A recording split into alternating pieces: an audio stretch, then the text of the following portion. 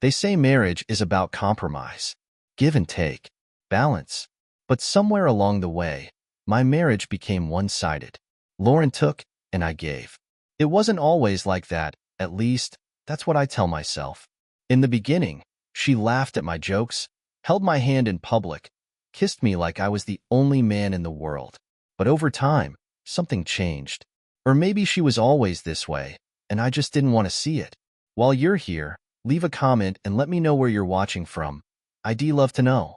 The first time she embarrassed me in public, I laughed it off.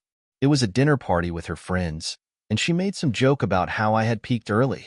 Everyone chuckled. I forced a smile. Maybe she didn't mean it. Maybe it was just her way of teasing. But then it kept happening. You guys don't understand.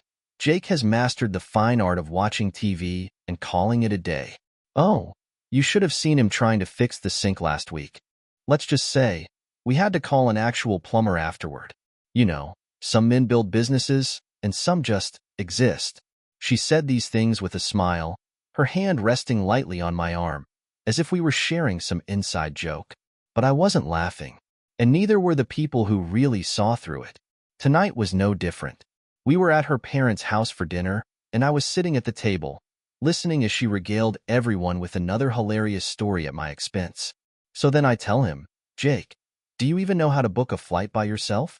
And he just stares at me like I'm speaking another language. Lauren laughed, taking a sip of wine, shaking her head. I swear, if I didn't handle all the details, we'd still be at the airport right now. Her parents chuckled, her brother smirked, and I sat there, swallowing the anger rising in my chest. It was a familiar feeling now. The way she made me look like I was just there, like I was some accessory to her life instead of her husband. I clenched my jaw. That's not exactly how it happened. Lauren turned to me, arching a brow. Oh, please, enlighten us. There it was. The challenge. The test. Would I push back, or would I let her control the room like she always did? I glanced at her parents, her brother, the guests who were watching with amusement, waiting to see what I'd do. I exhaled slowly. You know what? Never mind. Lauren smirked, victorious. And I realized something in that moment. I had let this go on for too long. As the dinner carried on, I barely heard the conversation. My mind was somewhere else, replaying every time she had done this, every time I had let it happen. And then another thought crept in, one I couldn't ignore. This wasn't just how she treated me in public. This was how she treated me all the time. And if I didn't do something about it, she'd never stop. A week had passed since that dinner at Lauren's parents' house, and I couldn't shake the feeling in my gut. That moment, sitting at the table, swallowing my pride while she laughed at my expense, kept replaying in my mind like a broken record. I had spent years telling myself it wasn't that bad, that she didn't mean it, that this was just her way of joking. But I wasn't laughing anymore. Tonight, we were at a friend's housewarming party. A big backyard gathering, drinks flowing, music playing, the kind of event where Lauren loved to be the center of attention. And as always, she made sure I was part of the show. Jake, tell everyone what you said last week about fixing the car. I tensed, already knowing where this was going. Lauren, no, it was hilarious. She turned to the group, her smile bright, eyes glinting with amusement. So the check engine light comes on, right? And Jake, bless his heart, actually Googles how long can I ignore this before my car explodes. I mean, can you believe that? Laughter rippled through the group. I forced a tight smile, gripping my beer a little harder. One of the guys, Aaron, chuckled. Man, come on. You didn't actually Google that, did you? Lauren sighed dramatically, shaking her head. Oh, you have no idea. Living with Jake is like living with a golden retriever. Cute, loyal, but absolutely useless when it comes to practical things. The laughter grew louder. I felt my face heat up. Something inside me snapped. I set my drink down, my voice even but sharp. That's funny, Lauren. You know what else is funny? How I handled all the bills last year when you maxed out your credit card on networking events. Or how I canceled a weekend trip with my friends because you said you couldn't handle the kids alone. But somehow, you manage just fine when I'm not around. The laughter died instantly. Lauren's head snapped toward me, her smile frozen. The others glanced between us, unsure if this was part of the usual routine. I leaned back in my chair, letting the silence stretch. Yeah, real funny. Lauren's face darkened. Jake, don't be dramatic. I laughed, shaking my head. Dramatic? That's rich coming from the woman who spent 3 days sulking because the waiter brought her the wrong cocktail. A few people coughed, looking away awkwardly. Lauren's lips pressed into a thin line. Can we not do this here? I tilted my head. Oh, I'm sorry. I thought we were all having fun at my expense. Isn't that what you do, Lauren? Or is it only fun when I don't push back? Silence. Lauren's grip tightened around her wine glass. I could see it now, the panic beneath her frustration. She was losing control of the room, and she hated it. Aaron cleared his throat, awkwardly adjusting his watch. So, anyone catch the game last night? The conversation shifted, but the tension lingered. Lauren didn't look at me for the rest of the night. On the drive home, she was silent, but I could feel it, the storm building inside her. As soon as we stepped through the door, she spun on me. What the hell was that? I tossed my keys onto the counter, exhaling. That was me finally getting tired of being your joke? Her eyes narrowed. Oh, so now you're the victim? I scoffed. I don't know, Lauren. You tell me. You've been treating me like an idiot for years. Maybe I just got tired of playing along. She crossed her arms, her expression cold. So what? You humiliate me in front of my friends? You think that makes you look good? I took a step closer, voice low. I think it makes me look like a man who finally had enough. She scoffed, turning away. Unbelievable. I watched her walk off, slamming the bedroom door behind her. For the first time in a long time, I didn't feel small. I felt awake, and I knew, deep in my gut, that things between us had just changed forever. Things were different after that night. Lauren stopped making her usual remarks, but not because she understood what she had done. No, it was because she was angry that I had pushed back. She didn't like losing control. The silence in our house wasn't peace. It was tension, thick and suffocating, as if we were both waiting for the next explosion. She still went out often. Meetings, she called them. Networking events. Always some vague excuse that I had stopped questioning a long time ago. But now, I was paying attention. Every time she left, I noticed the little things. The way she dressed up more than usual. The way she spent extra time on her hair and makeup. The way she checked her phone with a small, almost hidden smirk before walking out the door. Something was off. I just didn't know what, not yet. One evening, after she had left for another one of her meetings, I was cleaning up the house, something I had done 1,000 times before. The kids were asleep, the house was quiet, and I found myself moving on autopilot, straightening pillows, loading the dishwasher, wiping down the counters. And then, as I walked past our bedroom, I stopped. Her closet door was slightly open. Normally, I wouldn't care. I wasn't the kind of guy to snoop. But tonight, I stood there, staring at that half-open door, my gut twisting with an instinct I couldn't shake. I stepped inside. At first, everything looked normal. Her neatly arranged clothes, the rows of expensive shoes she never let me forget she paid for herself, the handbags lined up like trophies. But then, on the top shelf, tucked behind a stack of folded sweaters, I saw it. A small black box. My heart pounded as I reached up and pulled it down. It was heavier than I expected. My fingers trembled slightly as I lifted the lid, revealing a sleek, expensive watch. A men's watch. Definitely not mine. A chill ran down my spine. Next to the watch was a folded piece of paper. I hesitated before opening it, already knowing I wouldn't like what I saw. For the man who makes me feel alive. Every second with you is worth it. Love, Lauren. My body went still. Every second with you is worth it. My vision blurred at the edges as I stared at those words, my mind racing, trying to make sense of what was right in front of me. There was no other explanation. No way to twist this into something innocent. Lauren was cheating. The signs had been there all along. The dismissiveness, the constant need to be away from home, the way she treated me like a burden instead of a husband. I wasn't her priority anymore. I probably hadn't been for a long time.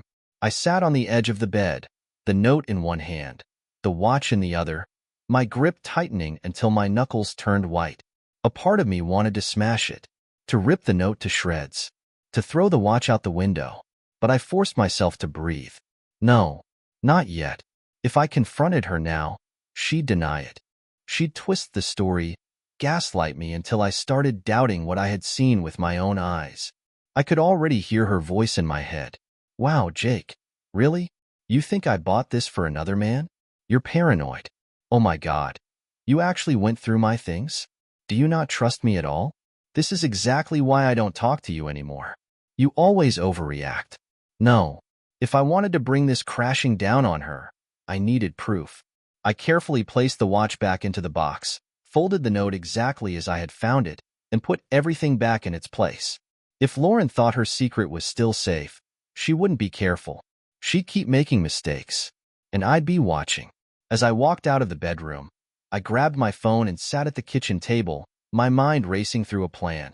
The anger was still there, simmering under my skin, but now it was controlled, focused. I wasn't going to scream. I wasn't going to beg for an explanation. Lauren had made me feel small for years. Now, I was going to make sure she knew just how big of a mistake she had made. And when I was done, she'd never see it coming. I barely slept that night. I lay in bed, staring at the ceiling, listening to the clock tick away the seconds, each one pounding in my ears. Lauren came home late, just like always, slipping into bed without a word. I didn't move, didn't react. If she noticed the stiffness in my body, she ignored it. Or maybe she was just too comfortable in her lies to think I had even the slightest suspicion. By morning, I had a plan. I wasn't going to be reckless. If I confronted her now, she'd manipulate the situation, twist everything until I was the bad guy. No, I needed something undeniable, something she couldn't talk her way out of.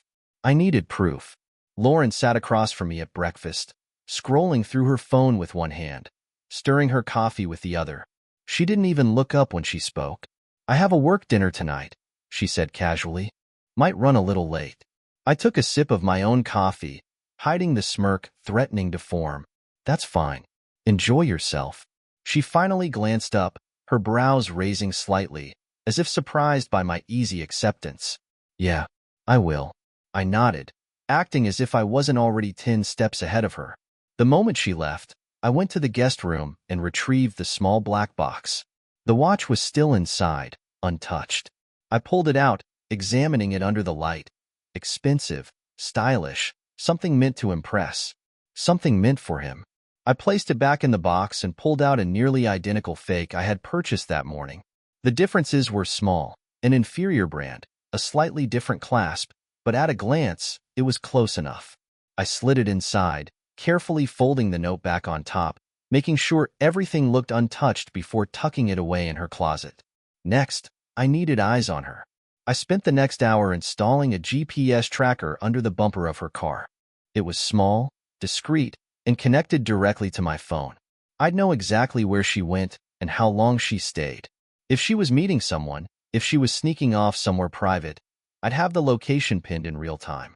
By the afternoon, I was ready. Lauren left around 7, dressed to impress, her perfume lingering in the air long after she walked out the door. I waited until her car was a few blocks away before checking my phone. The tracker was live. I watched the dot move, expecting it to stop at a fancy restaurant, maybe a hotel, but it didn't. Instead, it kept going, straight to the amusement park. I frowned, confused. That didn't make sense. Why would she go there? Our kids weren't with her, and as far as I knew, she had no reason to be at an amusement park, especially at night. And then it hit me. She wasn't just cheating. She was meeting him somewhere private, somewhere dark, somewhere no one would expect. My hands gripped the wheel as I drove, my mind racing. If I had been angry before, it was nothing compared to what I felt now. This wasn't just a betrayal, it was a mockery. By the time I reached the amusement park, I knew exactly where to go. The haunted house ride, the one with dim lighting, slow-moving carts, and just enough privacy for 2 people to think they were getting away with something. I parked and walked straight to the employee entrance. Years ago, I had worked a summer job here, and I still remembered the layout. The control room for the haunted house ride was tucked behind the main entrance, where staff monitored the ride and made sure no one got stuck. I spotted a young employee standing near the entrance, leaning against the wall, scrolling on his phone. "Hey man," I said casually. "Quick question. Have you seen a woman, about this tall, dark hair, wearing a blue dress, go into the ride with a guy?" The kid frowned, thinking, yeah, actually, they went in, like, 5 minutes ago. Looked like they didn't want to be seen." I nodded. "Yeah, that sounds about right. Do me a favor. Where's the control room?" The kid hesitated, looking unsure. Why? I pulled out a $50 bill and pressed it into his hand. "Because I need to make an announcement." His eyes widened, but he didn't argue. "It's through that door. Third left." I nodded my thanks and walked straight in. The control room was empty, just a series of screens displaying night vision footage of the ride. My eyes scanned them quickly, my pulse spiking when I found them. Lauren and him, crammed together in one of the slow-moving carts, whispering, touching, completely unaware that they were being watched. I leaned over the console, flipping on the ride's PA system. A deep, booming voice echoed through the dark corridors. "Attention riders. Special shout-out to Lauren Henderson, who told her husband she was getting popcorn but is actually making out with some loser in the next cart." I watched the screens as chaos erupted inside the ride. Lauren's head snapped up, her body going rigid as the voice surrounded them. Other carts turned, people craning their necks to see. Laughter rang out. Phones lit up, cameras flashing. Then, I flipped the lights on. Lauren's face twisted in horror as the dim, eerie glow of the haunted house was replaced with bright, unflinching illumination. She and her lover were fully exposed, caught like rats in a trap. The sound of laughter grew louder. The ride came to a slow stop. People pointed, whispering, pulling out their phones to record as she scrambled out of the cart, her face red, her hands shaking. I stepped outside, standing near the exit, waiting. The moment she saw me, she froze. I held up a stuffed animal, the one she had promised to win for the kids. In my other hand, divorce papers. I smirked. "Enjoy the rest of the park, Lauren. I'll be taking the kids home." Her mouth opened, but no words came out. She knew. She was finished. As I walked away, the laughter and whispers of the crowd followed her, the same way her insults had followed me for years. But now, she was the joke. I walked away from that haunted house ride with my head high, the sound of laughter and whispers still echoing behind me. The divorce papers in my hand felt lighter than they should have, like they were just a formality at this point. Lauren had already destroyed our marriage. I had simply made sure she had an audience when it fell apart. But even as I left the park, something inside me still burned. Exposing her wasn't enough. The humiliation she felt in that moment was nothing compared to what I had endured for years. The belittling, the dismissiveness, the way she had chipped away at my confidence until I had barely recognized myself. No, this wasn't just about an affair. It was about every single time she made me feel like I wasn't enough. And I wasn't done yet. I took the kids home, tucking them into bed like it was just another night. They didn't need to know what had happened, not yet. This was between Lauren and me. After making sure they were asleep, I grabbed a drink and sat in the living room, waiting. Lauren didn't come home right away. Of course, she didn't. She had nowhere to go. Not really. She wouldn't show her face at the amusement park after what had happened. She wouldn't go to her parents. Her pride wouldn't allow it. And I highly doubted her lover would suddenly step up now that their little secret wasn't so secret anymore. When she finally did show up, it was past midnight. The front door opened, then closed softly, like she thought she could just slip in unnoticed. I took a slow sip of my drink, not even bothering to turn around. "You took your time." She froze for a second, then sighed, her heels clicking against the floor as she walked further inside. "Jake, can we just shut the door?" She hesitated, then did as I asked. I stood, finally facing her.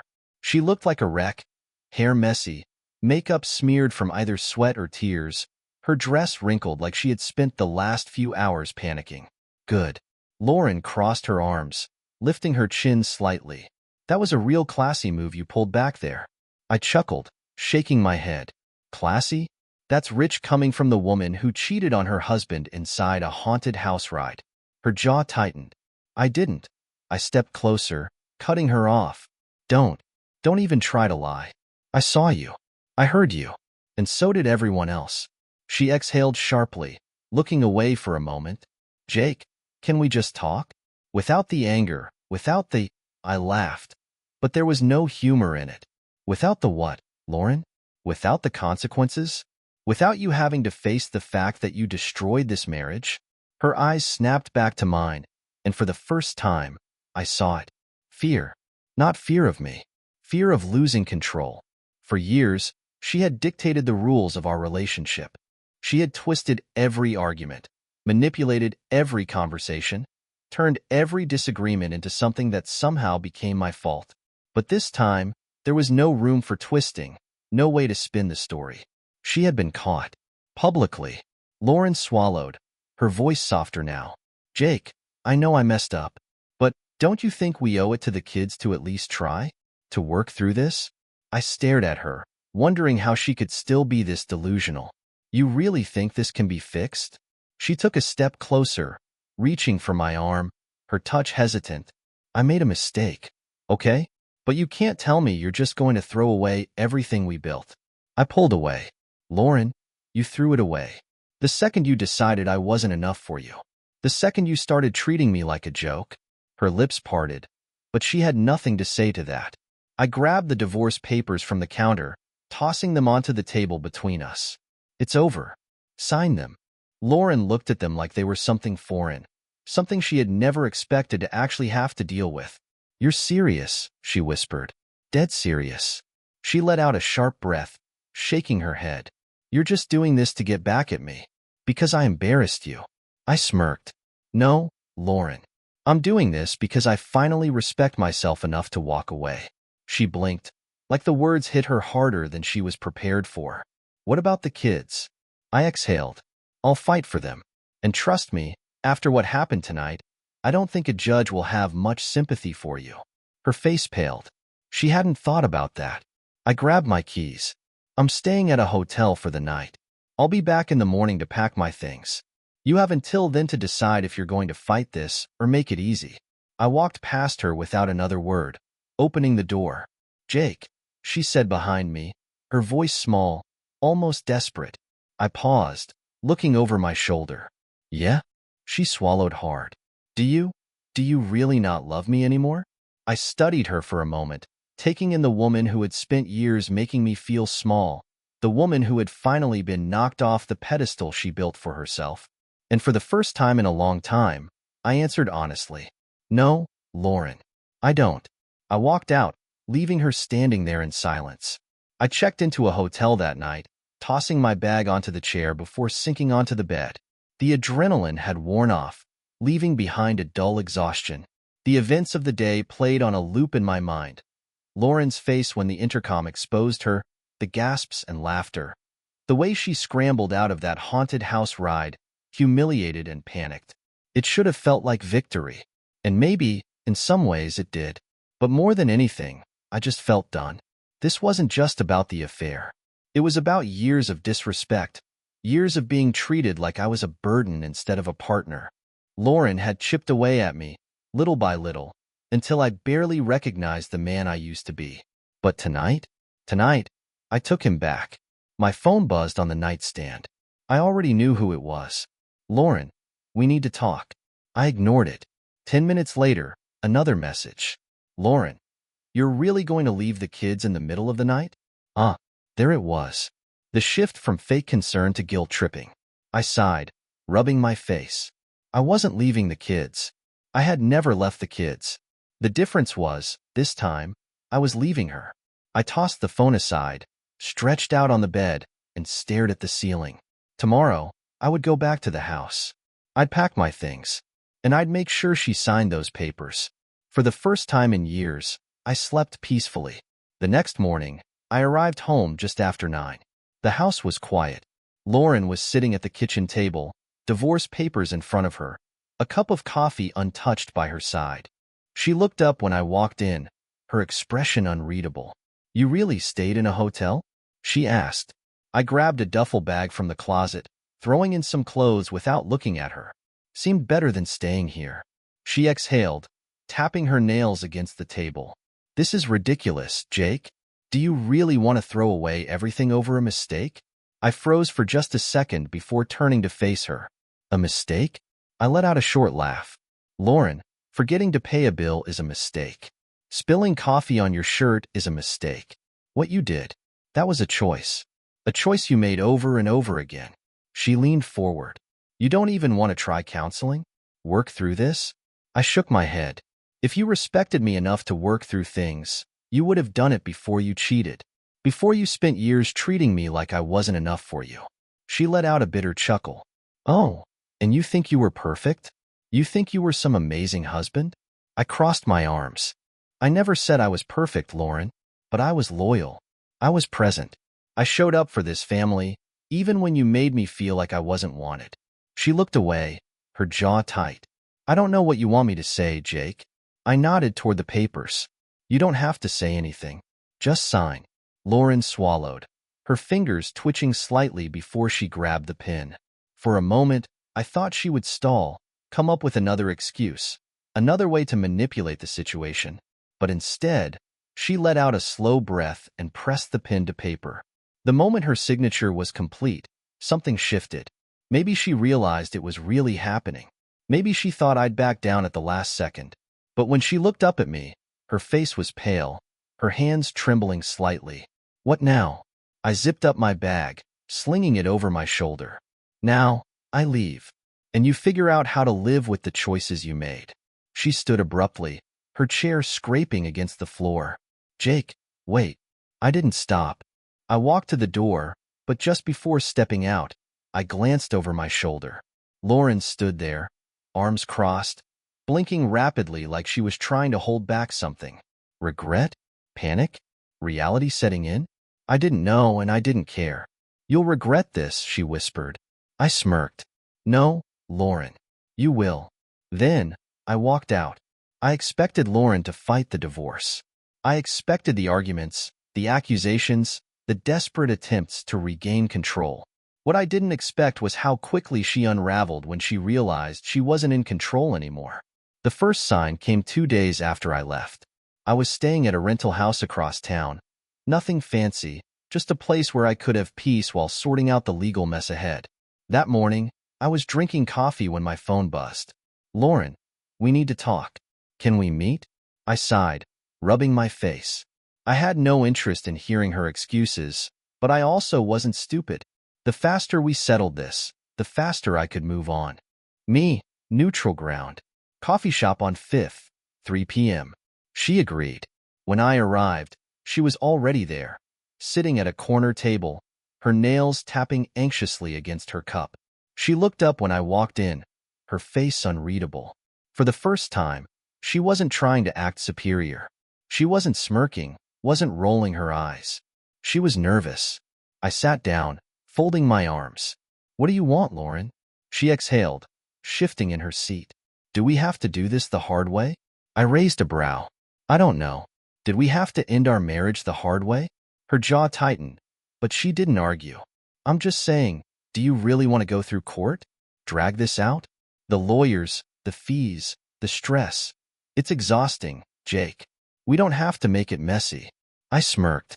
Oh, now you want to keep things clean?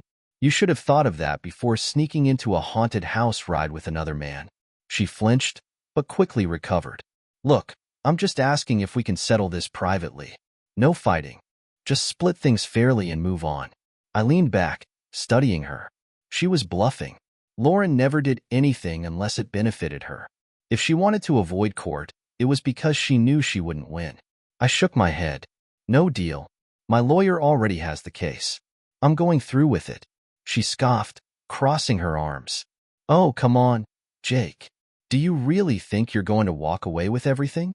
You were a stay-at-home dad for years. Who do you think made the money? I laughed, shaking my head. And who do you think kept our house running while you were out networking? I leaned in, my voice dropping. You want to go to war? Fine. But just so we're clear, I have proof. Her expression faltered. What proof? I pulled out my phone, scrolling to the files I had compiled over the past few days.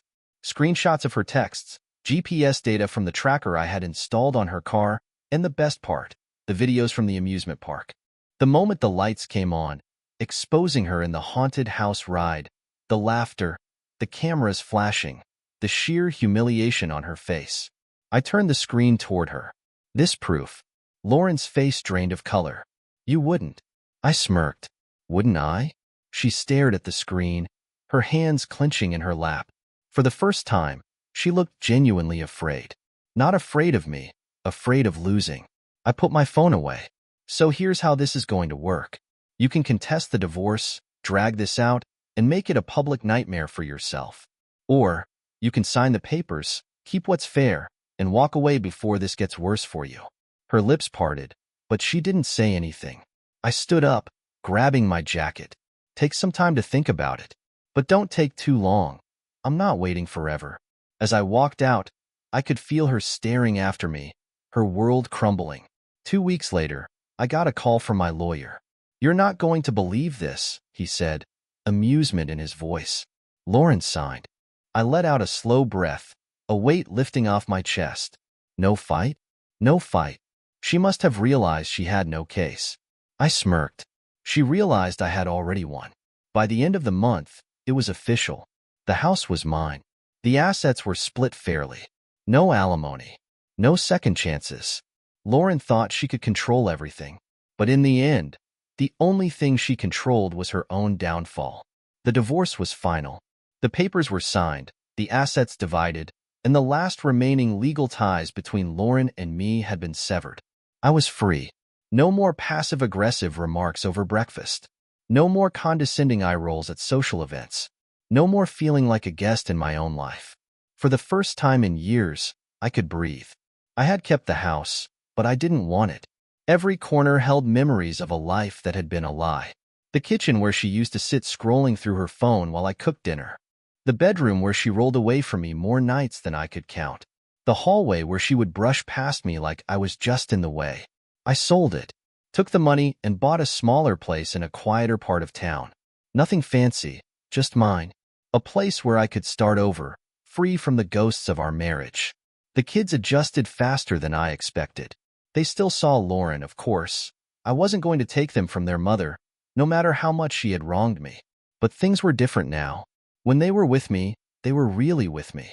No tension, no walking on eggshells. Just laughter, games, movie nights on the couch. One night, as I tucked my son into bed, he looked up at me and asked, "Dad, are you happy now?" The question caught me off guard. I smiled, brushing his hair back. "Yeah, buddy, I think I am." And for the first time, I wasn't just saying it. I meant it. Lauren, on the other hand, wasn't doing as well. Word spread fast about what had happened at the amusement park. Her so-called friends, the ones she always bragged about, started distancing themselves. Turns out, people weren't as eager to invite a woman to brunch when she had been publicly exposed as a cheater. She had spent years building her image, but now that image was shattered. Jake, the guy she had risked everything for, didn't stick around. Of course, he didn't. He had gotten his fun, and the moment things got complicated, he was gone. She had thrown away a decade of marriage for a man who didn't even want her outside of stolen moments in the dark. One afternoon, I ran into a mutual friend at the grocery store. We exchanged the usual pleasantries before he leaned in, lowering his voice. "I saw Lauren the other day," he said. "She's not doing great." I raised an eyebrow. "How so?" He hesitated, then shrugged. "She just looks tired. Stressed. Not like herself." I nodded, but I didn't feel sorry for her. Not even a little. Lauren had made her choices. She had treated me like a joke, assumed I would always be there, always forgiving, always waiting. And now, she was alone. I wasn't. I had reconnected with old friends, people I had drifted from when I was too busy trying to keep my marriage afloat. I started working out again, not for revenge, not to prove anything, just because it felt good. I picked up old hobbies I had abandoned, started saying yes to life instead of just existing. And one night, while sitting at a bar with David, he nudged me and nodded toward a woman across the room. "She's been looking over here for the last 10 minutes, he said with a grin. I glanced up, meeting her eyes for just a second before turning back to my drink. David laughed. "What, you're not interested?" I smirked. "Not tonight. I wasn't in a rush." For the first time in my life, I wasn't looking for validation in someone else. I was enough on my own. And that was the best revenge of all. Thank you for listening to the end. I hope you enjoyed it very much. Don't forget to give a like and tell us in the comments what you would do in such a situation.